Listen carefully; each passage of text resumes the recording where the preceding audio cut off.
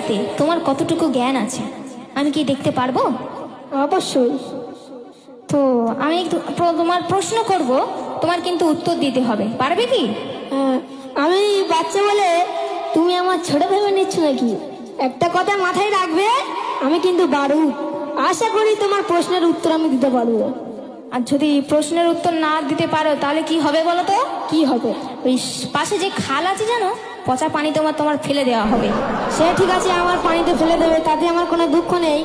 কিন্তু আমিও তোমার প্রশ্ন করব, তুমি যদি উত্তর না দিতে পারো তাহলে তোমার রানু পাগড়ি করে আমাদের এই বারাইপুর ট্রেন লাইনে গান গিয়ে বেড়াতে হবে।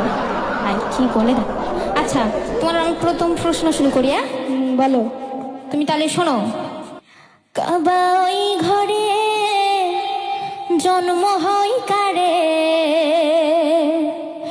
ওরে কাবা ওই ঘরে জন্ম হয় কারে, ও ফিরোজ ভাই সঠিক উত্তর দাও না আমারে, ও ফিরোজ ভাই সঠিক উত্তর দাও না আমারে, ওই কাবা ওই ঘরে জন্ম হয় কারে, কাবা ওই ঘরে জন্ম হয় কারে, ও ফিরোজ ভাই সঠিক উত্তর দাও না আমারে, ও ফিরোজ ভাই সঠিক উত্তর দাও না আমারে, সঠিক উত্তর দিলে মানব জ্ঞানী বলে, সঠিক উত্তর দিলে মানব জ্ঞানী বলে, না পারিলে ওই ফেলে দেব পানা পুকুরে, না পারিলে ফেলে দেব পানা পুকুরে।